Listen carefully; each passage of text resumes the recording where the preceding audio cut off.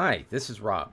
In this video, I'll show you how to install the Homebrew Package Manager on a Mac with an M1 chip. A package manager is simply a system for installing, configuring, upgrading, and removing software from a computer.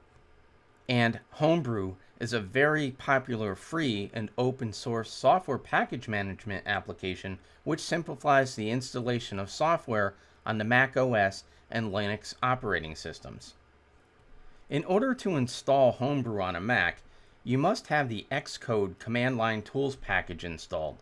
I'm on a Mac with an M1 chip running the Mac OS Monterey operating system, and I have not installed the Xcode CommandLineTools myself.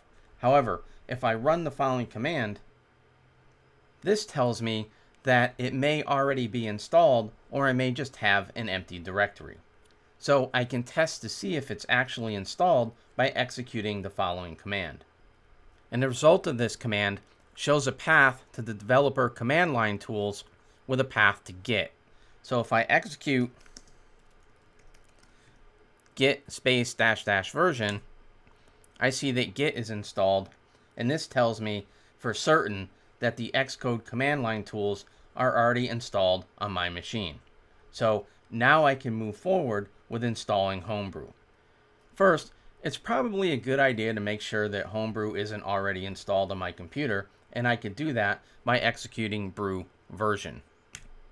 And this tells me that the command brew isn't found, which probably isn't a surprise since you're watching the video of me installing brew on my Mac.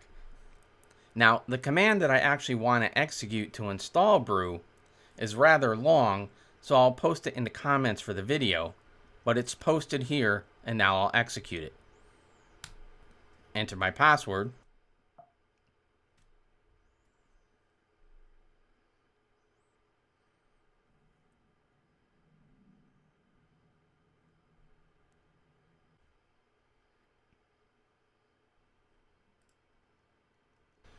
Now, with brew installed, I have two more commands to execute, and I'll copy them both from the terminal.